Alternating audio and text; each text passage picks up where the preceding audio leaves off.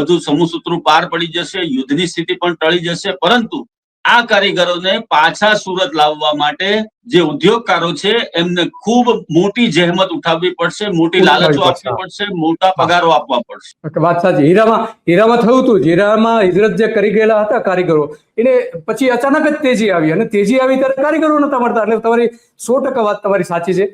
અને કિરીટભાઈ, આપણે જાણીએ છીએ કિરીટભાઈ, વેપારનું જે સુરતમાં જે છે આર્થિક રિપોર્ટિંગ કહી શકાય, એ સારામાં સારી રીતે કરી શકે છે.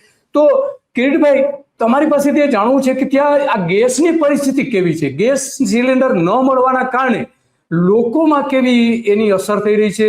કારખાનાઓમાં કઈ રીતે અસર થઈ રહી છે? કારખાનામાં એટલે કે જે એમાં કામ કરનારા લોકો માટે, મજૂરો માટે ખાસ કરીને, અને હીરામાં જે કામ કરનારા લોકો છે, અને ત્યાં સ્થાનિક લોકો સુરતના જે રહેતા હોય છે, એમાં ગેસની કેવી અસર થઈ છે અને કેવી શોર્ટેજ છે અત્યારે?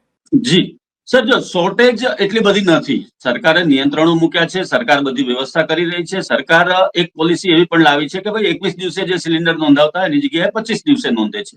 બીજી વસ્તુ કે હવે સિલિન્ડરને 10 કિલોનો કરવા માટેની પણ વિચારણા ચાલે છે. મોટા ભાગે થઈ જશે આવનારા દિવસોમાં. જે 14 કિલોનો બોટલ હતો એ 10 કિલો થઈ જશે.